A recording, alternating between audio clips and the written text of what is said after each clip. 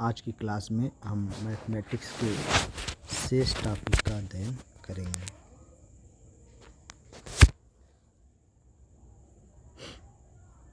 आज की क्लास में हम मैथमेटिक्स के शेष टॉपिक्स का अध्ययन करेंगे। यदि निर्देशांक ज्यामिति इस प्रकार की हो और हमें त्रिभुज का क्षेत्रफल ज्ञात करना है तो हम कैसे ज्ञात करेंगे। यदि a बराबर 4, 8, b बराबर 8, 0, b c बराबर 8, 0, b बराबर -6, 0 हो तो हम त्रिभुज का क्षेत्रफल कैसे ज्ञात करेंगे। तो सबसे पहले हमको तो दो बिंदुओं के बीच की दूरी निकालना पता होना चाहिए। d = x2 - x1 का whole square plus y2 - y1 का होल स्क्वायर। दो बिंदुओं के बीच की दूरी का फार्मूला क्या होता है। दो बिंदुओं के बीच की दूरी का फार्मूला d होता है √x2 - x1 का whole square plus y2 - y1 का whole square.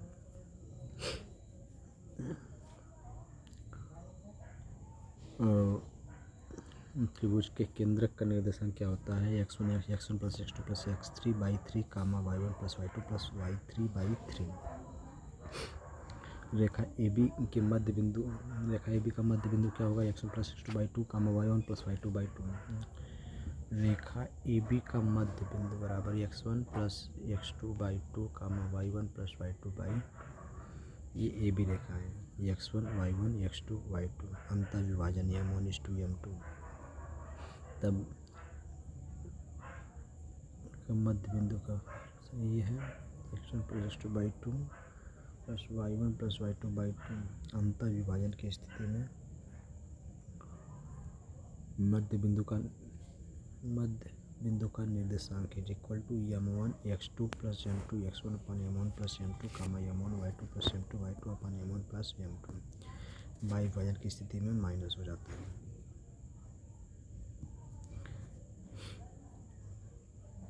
m1 x2 - m2 x1 m1 - m2 m1 y2 - m2 y1 m1 - m2।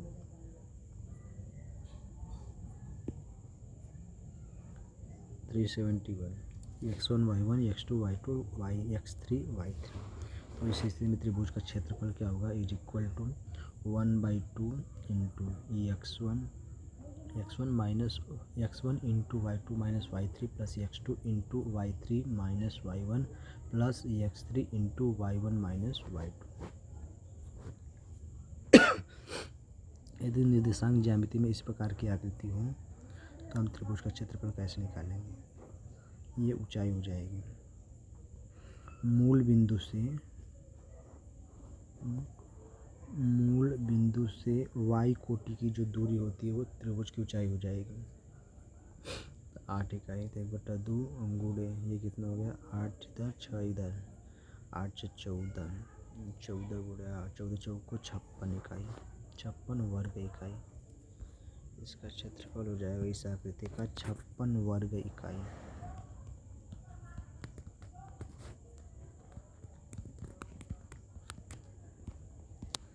Next, यदि निर्देशांक ज्यामिति कुछ इस प्रकार से बने तो इस स्थिति में त्रिभुज का क्षेत्रफल क्या होगा।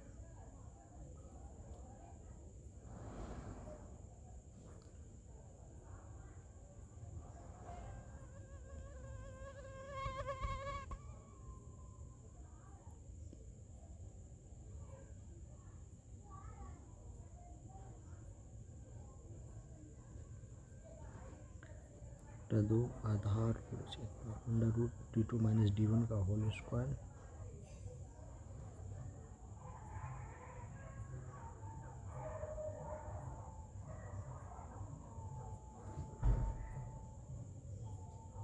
इसकी लंबाई हमको ज्ञात करना है।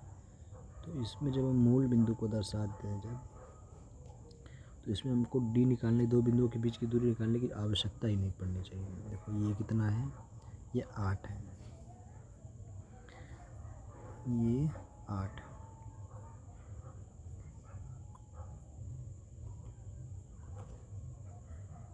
अच्छा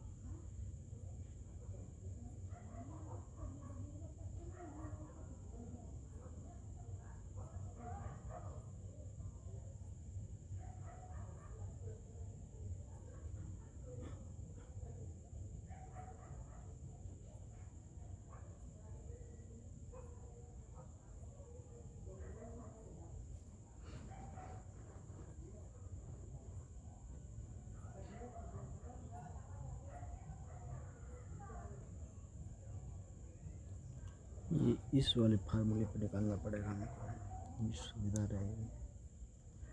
इसमें तो निकल गया हमारा।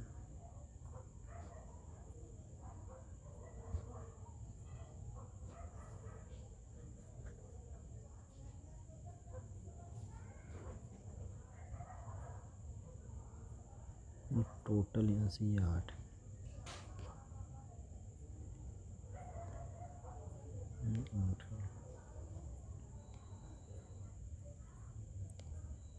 और ये यहाँ से यहाँ तक 3 है।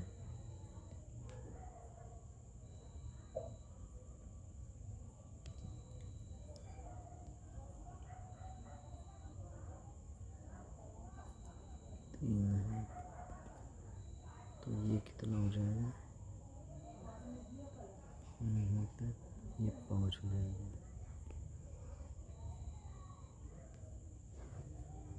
एक बटा 2 गुणे 5 गुणे 9, 5 9 45 बटा 2 वर्ग इकाई है। वैसे 45 बटा 2 वर्ग इकाई।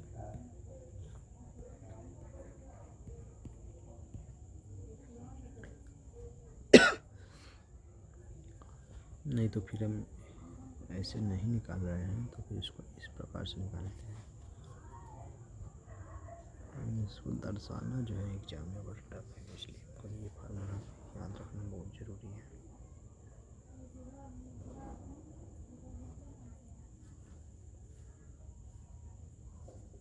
जब ये निर्देशांक की बात करें तो हमारे दिमाग में चलना चाहिए चतुर्थांश। जब भी क्वेश्चन करेगा त्रिभुज की 3, जब भी निर्देशांक दे देगा, क्या जब किसी 3 बिंदुओं का निर्देशांक दे देगा ये, या 2 बिंदुओं का निर्देशांक दे दें, तो हमारे दिमाग में चतुर्थांश की समझ विकसित होनी चाहिए। उस स्थिति में कौन सा निर्देशांक किस चतुर्थांश में होगा, उसके बाद क्वेश्चन जो है बस बहुत आसानी से सॉल्व हो जाता है।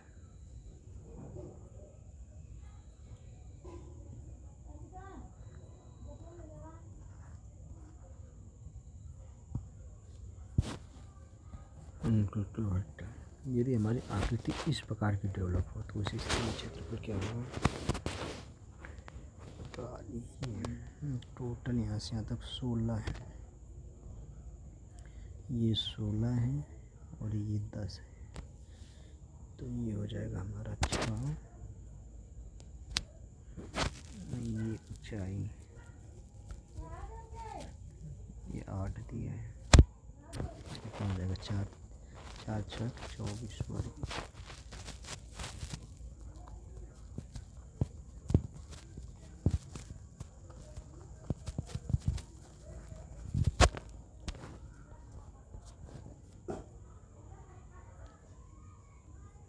रेखा का समीकरण y is equal to mx plus C ax plus B Y plus सी बराबर 0 होता है।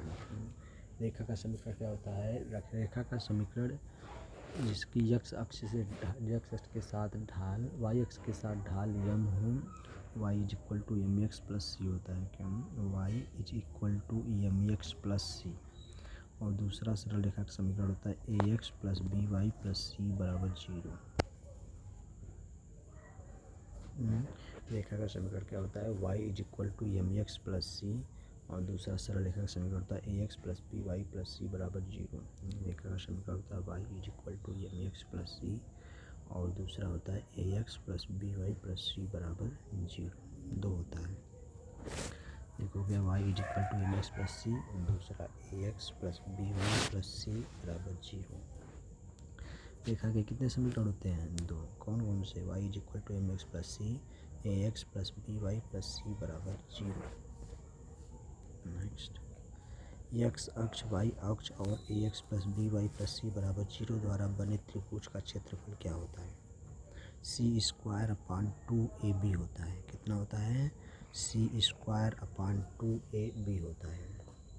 क्या, x अक्ष और y अक्ष और a x plus B Y plus सी बराबर 0 द्वारा बने त्रिभुज का क्षेत्रफल क्या होता है? सी स्क्वायर अपान 2ab। एक्स अक्ष और वाई अक्ष और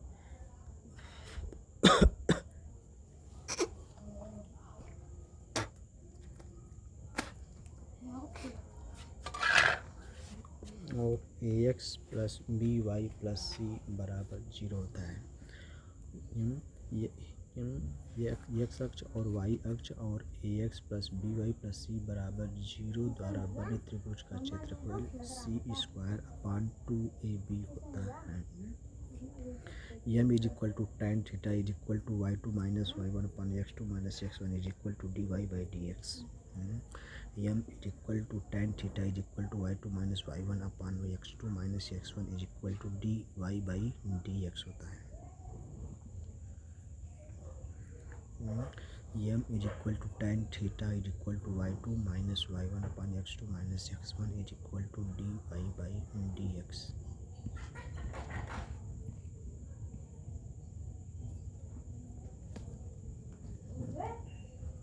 M is equal to tan theta is equal to y2 minus y1 upon x2 minus x1 is equal to dy by dx। X अक्ष के समांतर सरल रेखा का समीकरण क्या होता है? एक्स अक्ष के समांतर सरल रेखा का समीकरण y is equal to plus minus के होता है। एक्स अक्ष के समांतर सरल रेखा का समीकरण एक्स अक्ष के समांतर सरल रेखा का समीकरण y is equal to plus minus के होता है।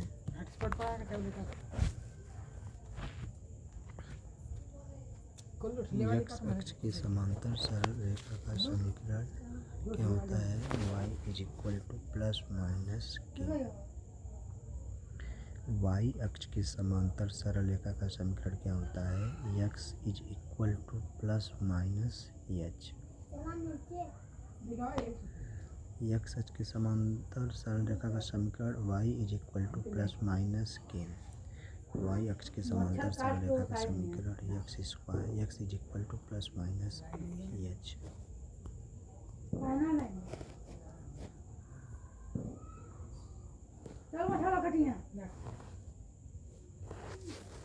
X is equal to plus minus h।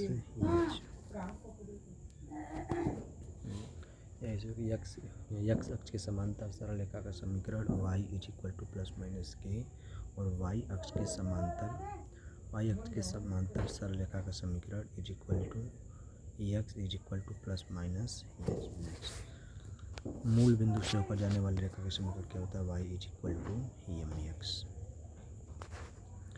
Next है, यदि रेखा x अक्ष और y अक्ष से क्रमशः a और b अंतःखंड काटे तो उस स्थिति में त्रिभुज का क्षेत्रफल क्या होता है? x upon a plus y upon b is equal to 1। यदि सरल रेखा जो है x अक्ष के साथ a और y अक्ष के साथ b अंतःखंड काटे तो ऐसी स्थिति में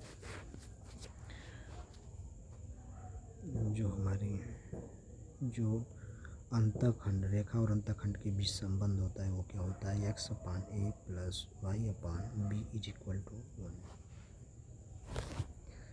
relation of internal section of x axis and y axis and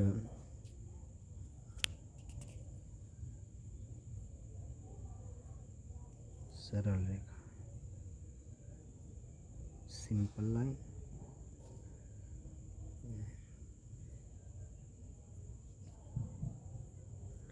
रेखा से के बीच जो संबंध है वो relation between line and intersection of x axis and y axis.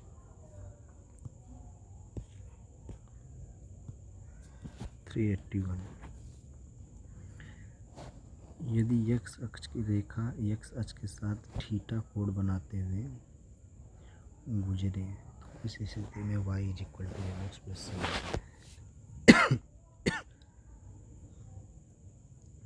क्या करें? x अक्ष से थीटा कोण बनाते हुए गुजरे तो उस स्थिति में रिलेशन क्या होता है, y is equal to m x plus c. ध्यान रहे थीटा ऊपर की ओर बनता है, इसमें कोण ऊपर की ओर बनता है। नेक्स्ट, एक बिंदु से होकर जाने वाली रेखा का समीकरण क्या होता है। यदि एक किसी बिंदु का निर्देशांक x1, y1 है तो एक बिंदु से होकर जाने वाली रेखा का समीकरण y minus y1 is equal to m into x minus x1।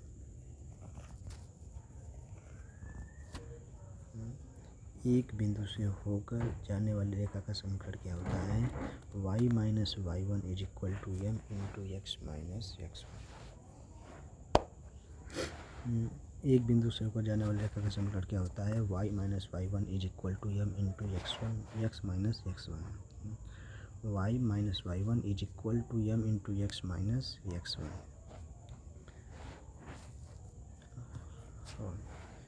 एक बिंदु से होकर जाने वाली रेखा का समीकरण y is equal to m into x minus x1। एक बिंदु से होकर जाने वाले रेखा का समीकरण y minus y1 is equal to y2 minus y1 upon x2 minus x1 into x minus x1। ठीक, y minus y1 is equal to y2 minus y1 upon x2 minus x1 into x minus x1।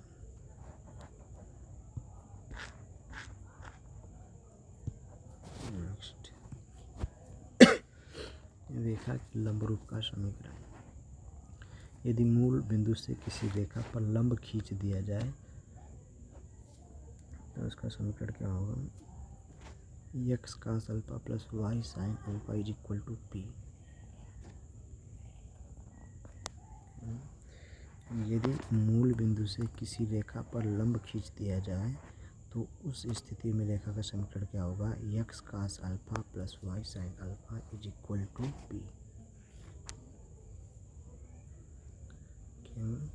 यदि मूल बिंदु से किसी सरल रेखा पर लंब खींच दिया जाए तो उस स्थिति में लंब रेखा के लंब रूप का समीकरण क्या होगा, cos alpha plus y alpha is equal to p। रेखा का लंब रूप का समीकरण है cos alpha plus y alpha is equal to p। रेखा के लंब रूप का समीकरण cos alpha plus y alpha is equal to p।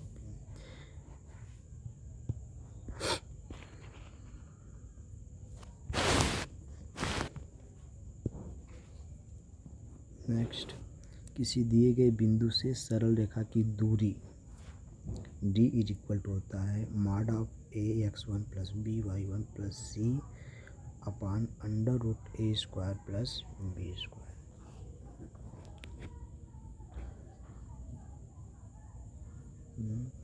किसी दिए गए बिंदु से सरल रेखा की दूरी का फार्मूला क्या होता है, d is equal to under root ax1 plus by1 plus c upon under root a square plus b square.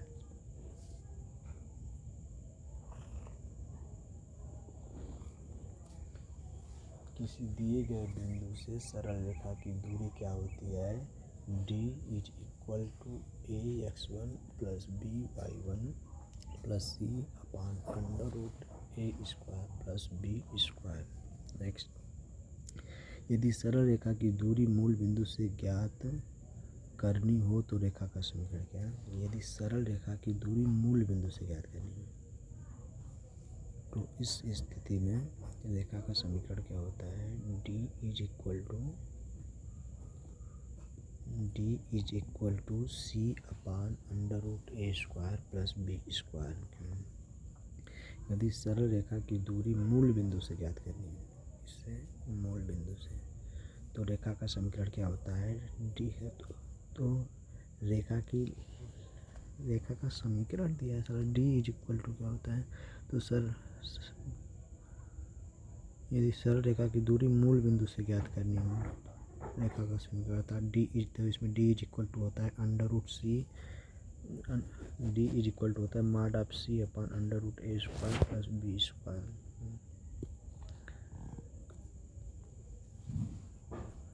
यदि सरल रेखा की दूरी मूल बिंदु से ज्ञात करनी हो तो दूरी का फार्मूला क्या होता है, d is equal to c mod of C upon under root A square plus B square. ठीक है। नेक्स्ट, दो रेखाओं के बीच का प्रतिच्छेद कोण। दो रेखाओं के बीच का प्रतिच्छेद कोण यदि थीटा हो, क्या हो, प्रतिच्छेद कोण थीटा हो तो tan theta is equal to m1 minus m2 upon 1 plus m1 into m2। तब tan theta is equal to क्या होता है, m1 minus m2 upon 1 plus m1 into m2।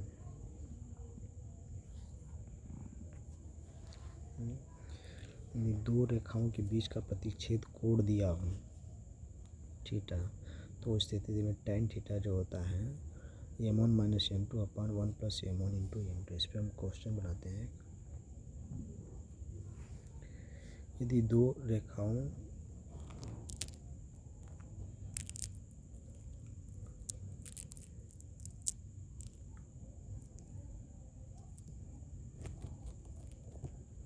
छोड़ो, tan theta is equal to क्या होता है, ये दो रेखाएं एक दूसरे को प्रतिच्छेद करें तो उस स्थिति में tan theta is equal to m1 minus m2 upon 1 plus m1 into m2 होता है। ये फार्मूला हमको याद होना चाहिए। tan theta is equal to m1 minus m2 upon 1 plus m1 into m2।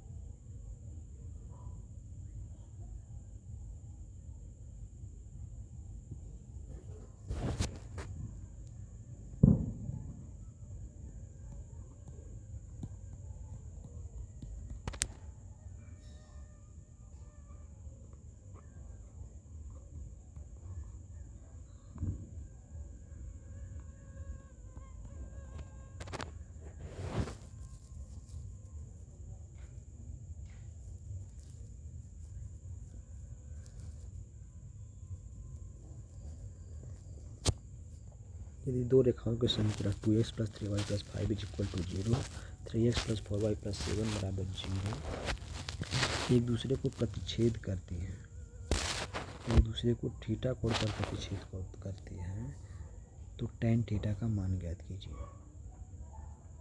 तो tan तो प्रवणता बराबर होता है माइनस x का गुणांक बटे y का गुणांक।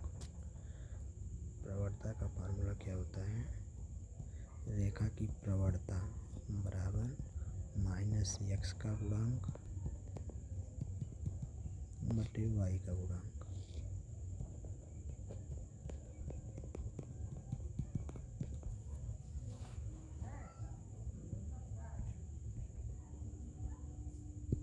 नेक्स्ट, यदि दोनों रेखाएं लंबवत प्रतिच्छेद करें तो ऐसी स्थिति में क्या होता है, m1 into m2 is equal to -1 होता है।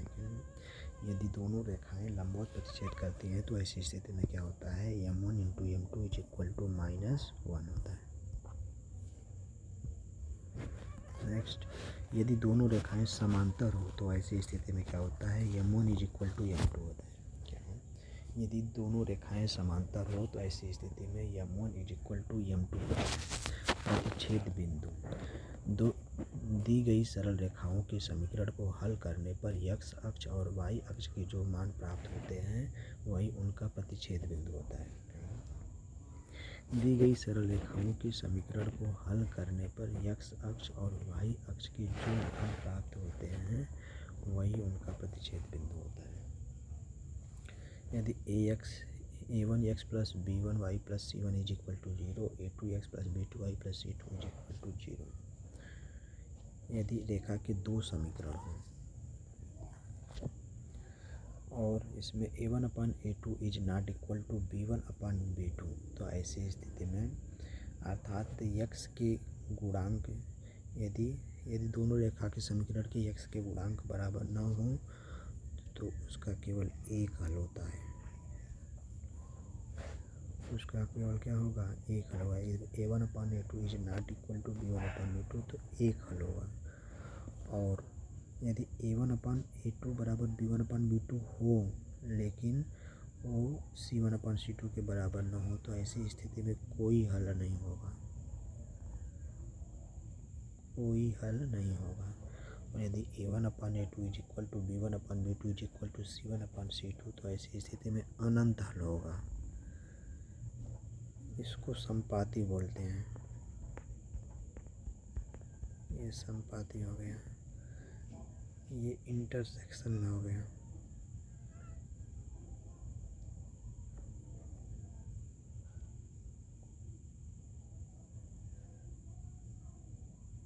रेखाएं जब एक दूसरे को क्या करेंगे, प्रतिच्छेद करेंगे।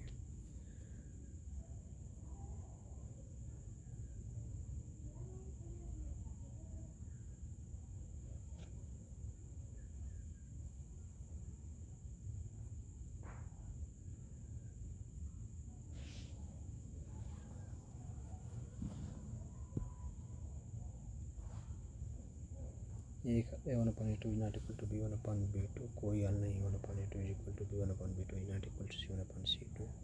संपाती की स्थिति में A1/A2 is equal to B1/B2 is equal to C1/C2।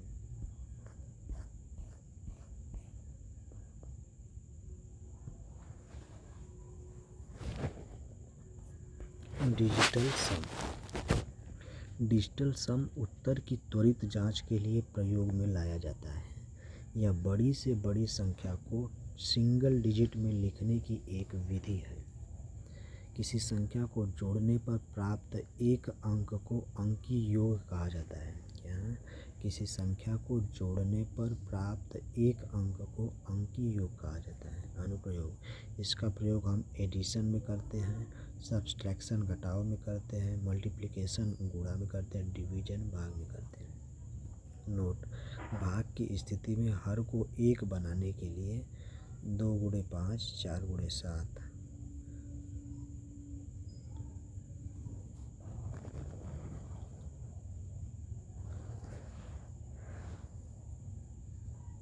यदि हर वाली संख्या में 3 मौजूद हो तो ऊपर नीचे से 3 को कटा लेना चाहिए।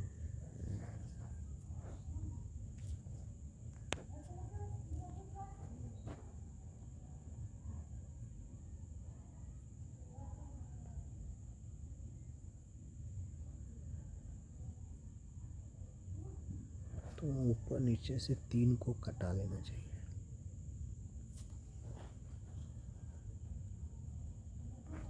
डिजिटल सम।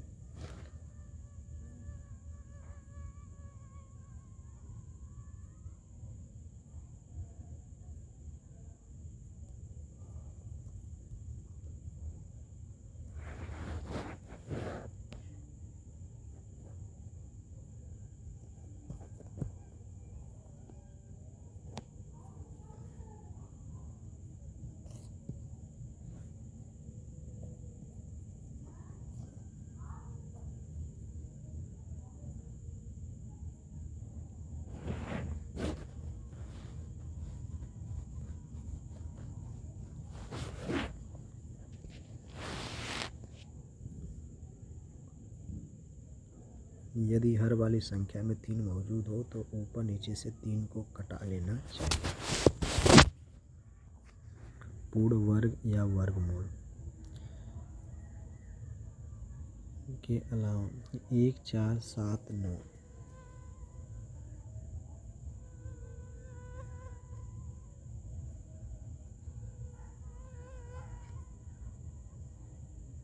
किसी भी पूर्ण वर्ग संख्या का इकाई अंक कभी भी 2 3 7 8 नहीं हो सकता। किसी भी पूर्ण वर्ग का इकाई अंक 2 3 7 8 नहीं हो सकता है। और क्या हो सकता है? 1 हो सकता है, 4 हो सकता है, 7 हो सकता है, 9 हो सकता है। चार डिजिट हो सकते हैं। 1 4 7 9। किसी पूर्ण वर्ग संख्या का इकाई अंक या तो 1 होगा या 4 होगा या 7 होगा या 9 होगा। 1 4 1 होगा, 1 4 होगा या 7 9 होगा। किसी भी पूर्ण वर्ग संख्या का इकाई अंक या तो 1 4 होगा या फिर 7 9 होगा। 1 4 7।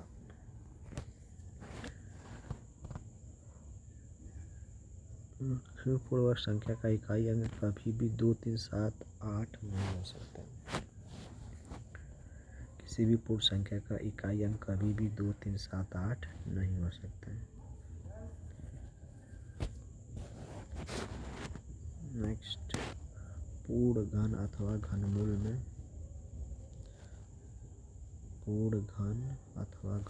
में क्या करते हैं, इसी प्रकार से जो है कॉन्सेप्ट लागू करते हैं। नेक्स्ट, प्राइम नंबर का मल्टीप्लिकेशन भी चेक करके ऑप्शन को एलिमिनेट किया जा सकता है। प्राइम नंबर का मल्टीप्लिकेशन भी चेक करके ऑप्शन को एलिमिनेट किया जा सकता है। प्राइम नंबर का मल्टीपल भी, अच्छा, अभाज्य संख्या का जो है मल्टीपल भी चेक करके ऑप्शन को एलिमिनेट किया जा सकता है।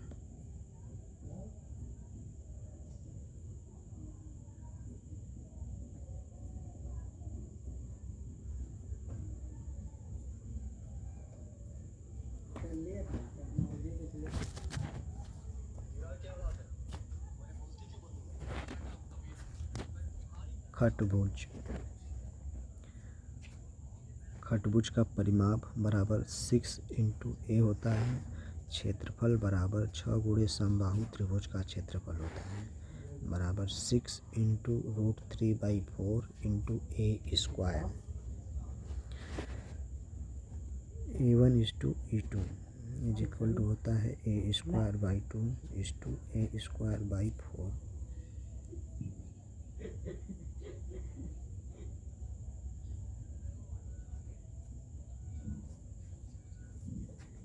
A²/4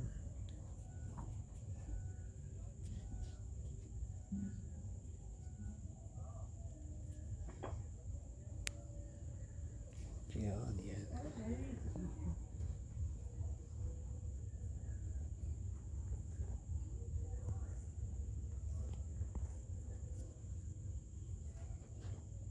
परिमाप 6 है, क्षेत्रफल 6 गुणे समबाहु त्रिभुज का क्षेत्रफल is equal to 6 into √3/4 into A²।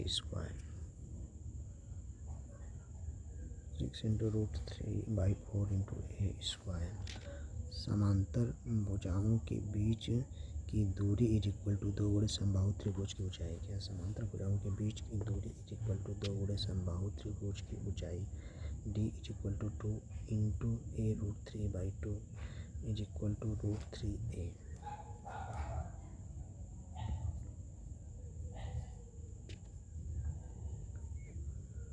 अच्छा, खटभुज की स्थिति में समांतर भुजाओं के बीच की दूरी, ये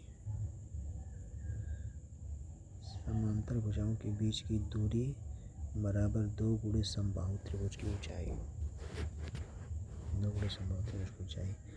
D is equal to 2 into A√3/2। समबाहु त्रिभुज की ऊंचाई क्या होती है? A into √3/2। 2 गुणे A√3/2 is equal to √3A। समांतर भुजाओं के बीच की दूरी कितनी होती है खटभुज में? √3A। ये कितना होता है टोटल? यदि ये A है तो ये यहाँ से लेके टोटल यहाँ तक कितना होता है? √3A। ये √3A होता है। ये A है तो ये यहाँ से यहाँ तक √3A होगा। परित्रिज्या capital R is equal to, इसमें होता है समबाहु त्रिभुज की भुजा।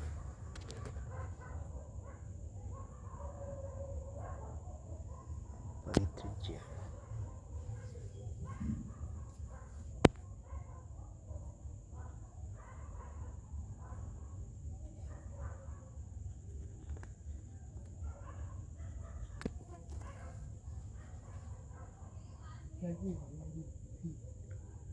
परित्रिज्या capital R is equal to होता है समबाहु त्रिभुज की भुजा।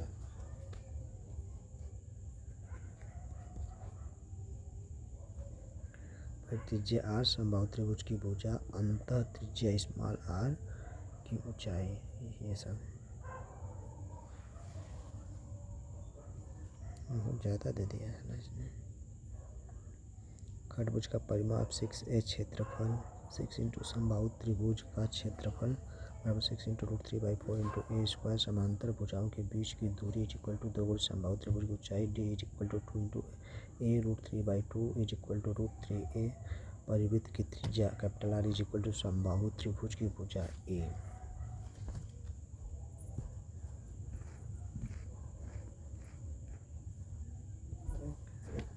ये परित्रिज्या हो गई, या परित्रिज्या कैपिटल R, अंतर त्रिज्या स्मॉल r, समबाहु त्रिभुज की भुजा ये हो गई, समबाहु त्रिभुज की ऊंचाई h भुजा ए।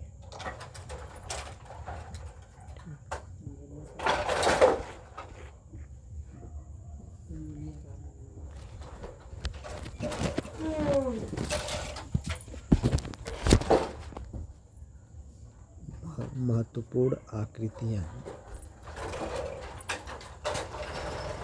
महत्वपूर्ण आकृतियाँ प्रश्न निर्माण हेतु।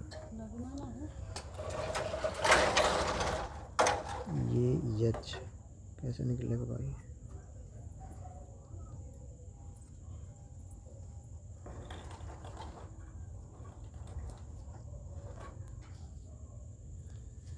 H is equal to √4b square minus A square upon 2।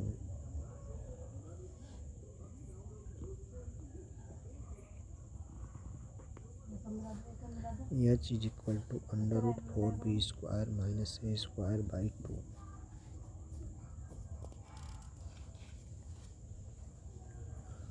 H is equal to √4b square minus A square by 2।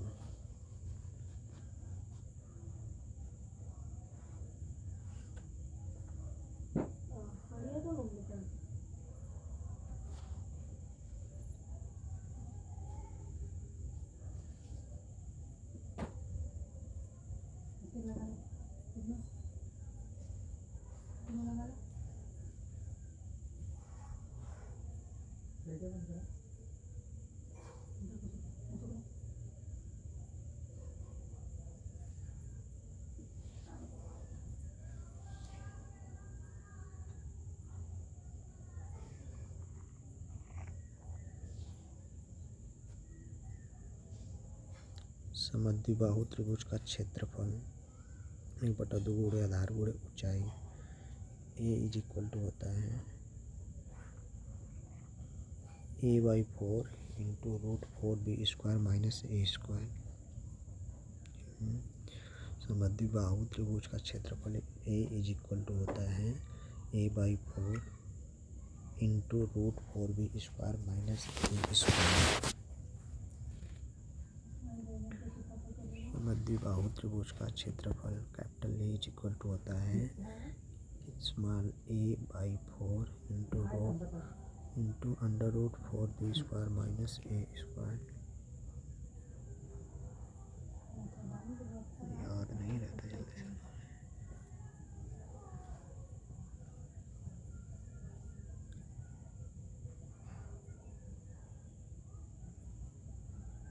a/4 √4b square minus A square.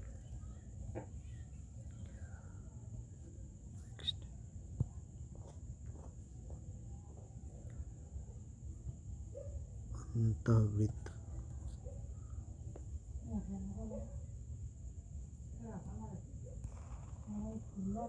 अंतःवृत्त जो है बहुभुज के अंदर बनता है। जो वृत्त बहुभुज के अंदर उसको अंतःवृत्त कहते हैं। ये छायांकित भाग का क्षेत्रफल पूरे वर्ग का क्षेत्रफल हो जाएगा। इस वर्ग के क्षेत्रफल में से हम अर्धवृत्त के दूने क्षेत्रफल को निकाल देंगे, अर्थात वृत्त के क्षेत्रफल को निकाल देंगे तो छायांकित भाग आ जाएगा।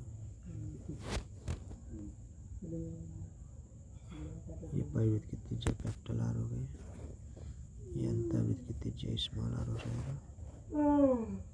ये इसमें अंतःवृत्त की त्रिज्या स्मॉल r, ये समलंब चतुर्भुज आकृति बनेगी। नहीं नहीं ना कटिए।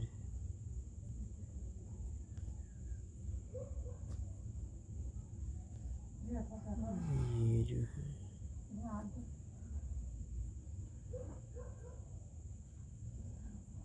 ये असमांतर चतुर्भुज की है, असमांतर चतुर्भुज। इसकी दो भुजाएं समांतर था, दो भुजाएं समांतर न हो तो असमांतर चतुर्भुज का क्षेत्रफल कैसे निकालेंगे।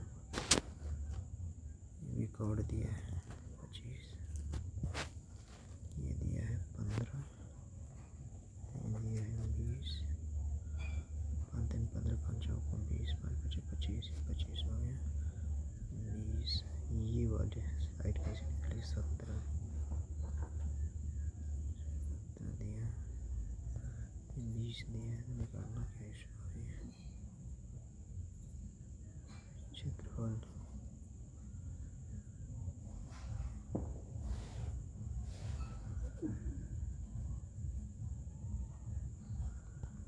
क्षेत्रफल तो निकालना ही पड़ेगा इसका।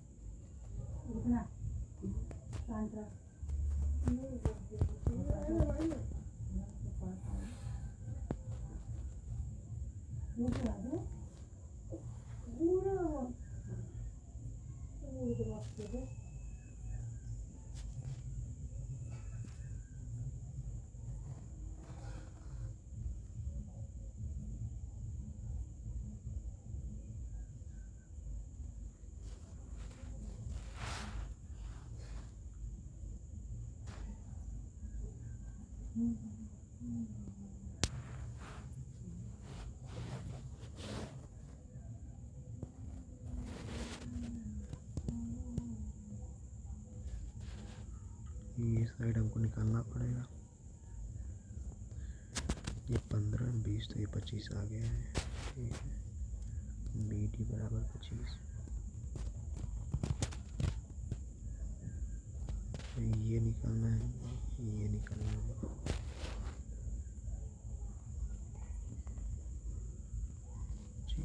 इसका सम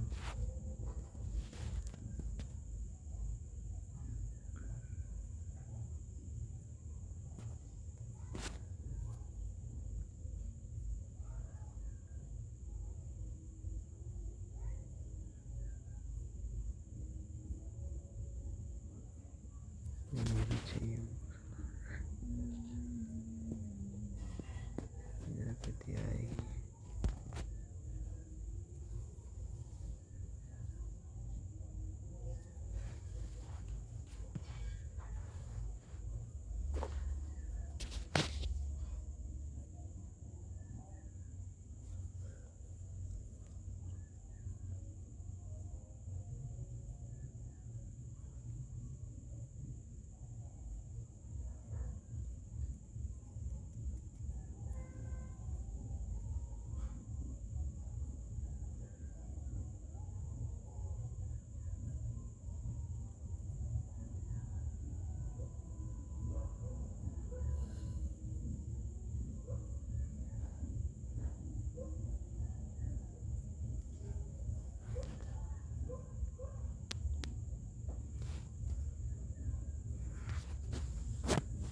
recognize previous memory,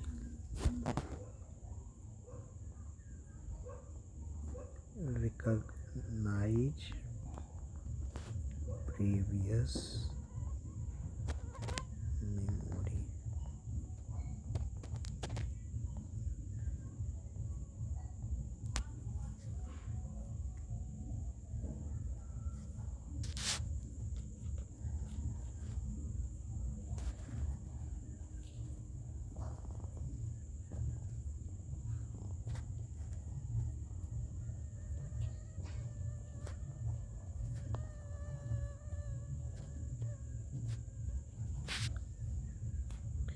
using common sense triplet 3 4 5 5 12 13।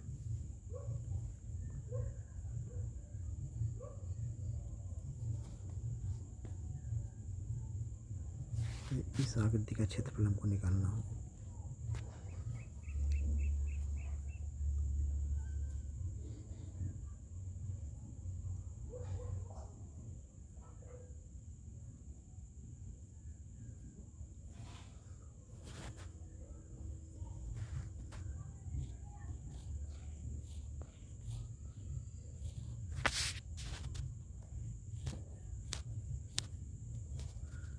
ये निकालो, फिर इसको भी निकालो। ये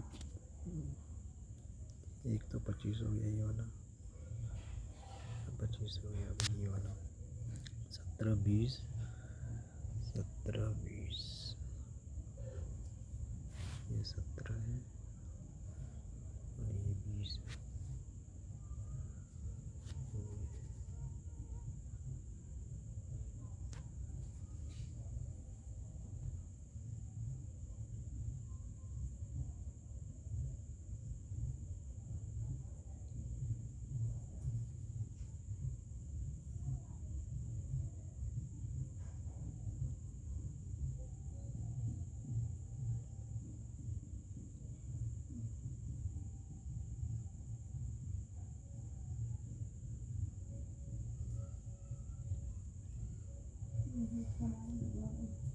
तो प्लेट बदलना पड़ेगा।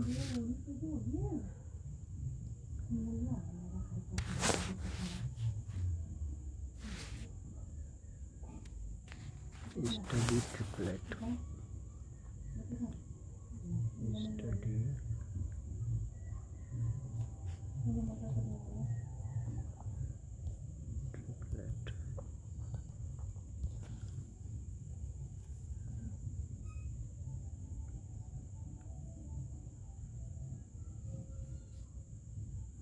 ये आकृति है,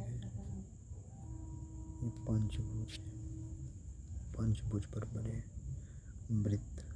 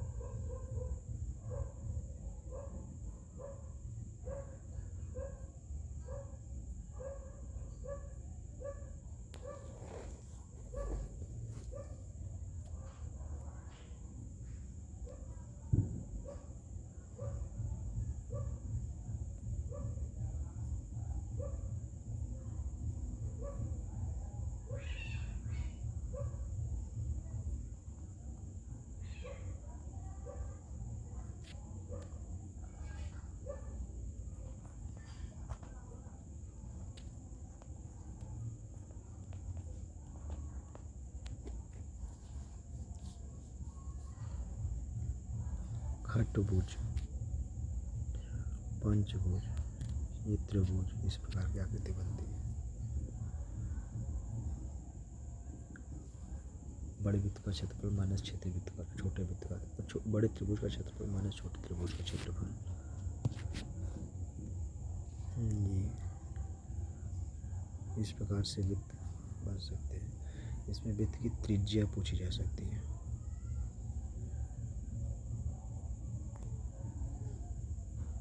कैपिटल आर।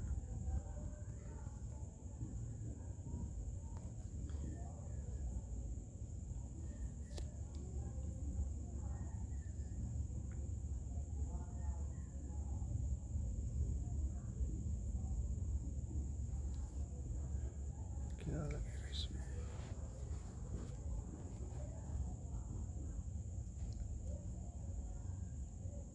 इसमें दो वृत्तों को मिलाना होगा।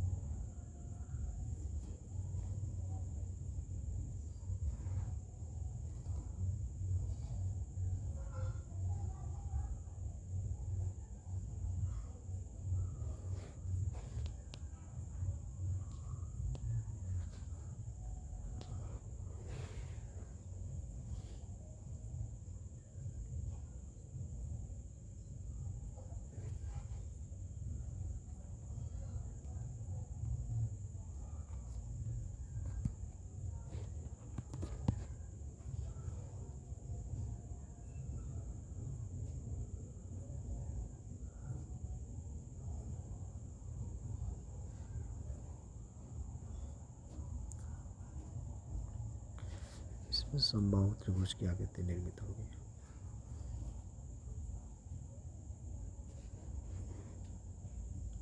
ये इस प्रकार की आकृति से क्वेश्चन बनता है। छायांकित भाग का क्षेत्रफल -√3 - a² by 4 × √3 - pi, √3 - pi by 2 मूल राशन। एरिया अर्धवृत्त का क्षेत्रफल बराबर r² by 2।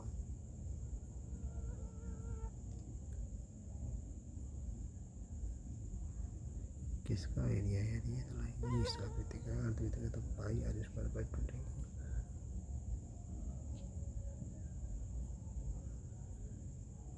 ये इस आकृति का area equal to r² by 2।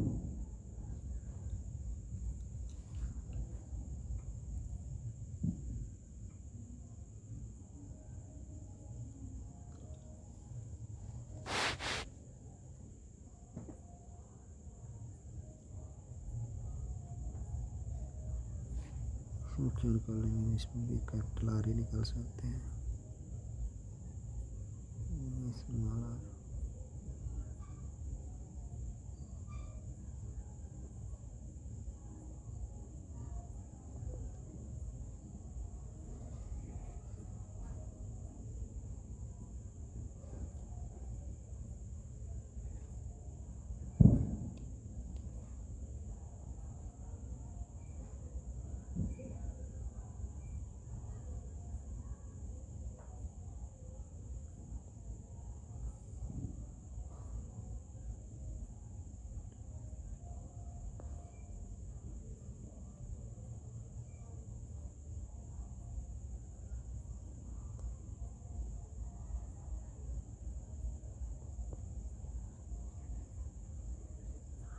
इसमें भी समबाहु त्रिभुज निकलेगा।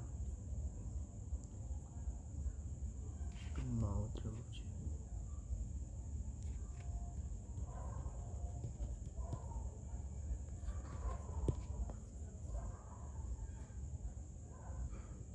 इस चित्र की एरिया क्या हो जाएगी, area is equal to r square by 2।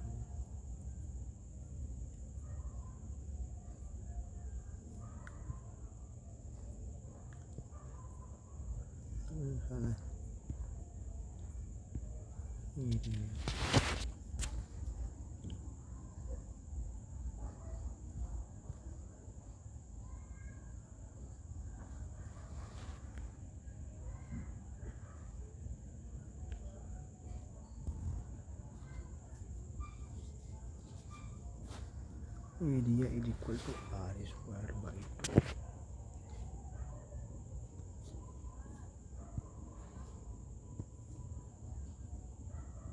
ये आकृति है, यदि बीच में इसका और छोटा सा वृत्त बन जाए तो उस वृत्त की अंतर्वृत्त की त्रिज्या small r is equal to capital R into root 2 minus 1 होता है। Small r is equal to capital R into root 2 minus 1।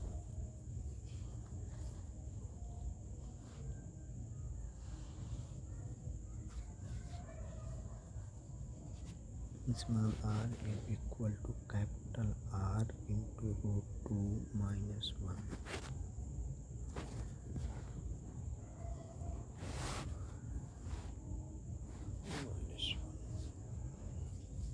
Small r is equal to capital R into root 2 minus 1। इस छायांकित भाग का क्षेत्रफल, इस छायांकित भाग का क्षेत्रफल 2 गुणे वृत्त का क्षेत्रफल माइनस वर्ग का क्षेत्रफल।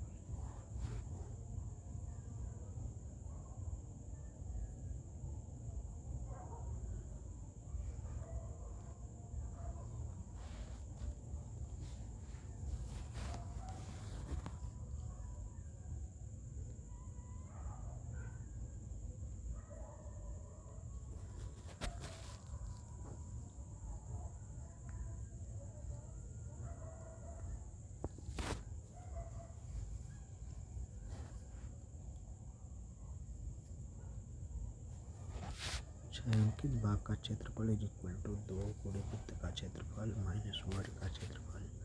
1 मीटर क्यूब बराबर 1000 लीटर होता है। 1 लीटर बराबर 1000 सेंटीमीटर क्यूब होता है।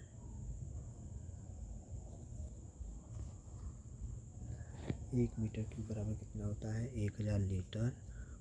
1 मीटर क्यूब बराबर 1000 लीटर और 1 लीटर बराबर 1000 सेंटीमीटर क्यूब। 1 लीटर बराबर 1000 सेंटीमीटर क्यूब। 1 मीटर क्यूब बराबर 1000 लीटर। 1 लीटर बराबर 1000 सेंटीमीटर क्यूब। इसको हम कैसे याद रख सकते हैं, याद करने वाली चीज़ भाई साहब, प्रायिकता, प्रोबेबिलिटी। NPR प्रायिकता, प्रोबेबिलिटी, NPR, जहाँ n इज इक्वल टू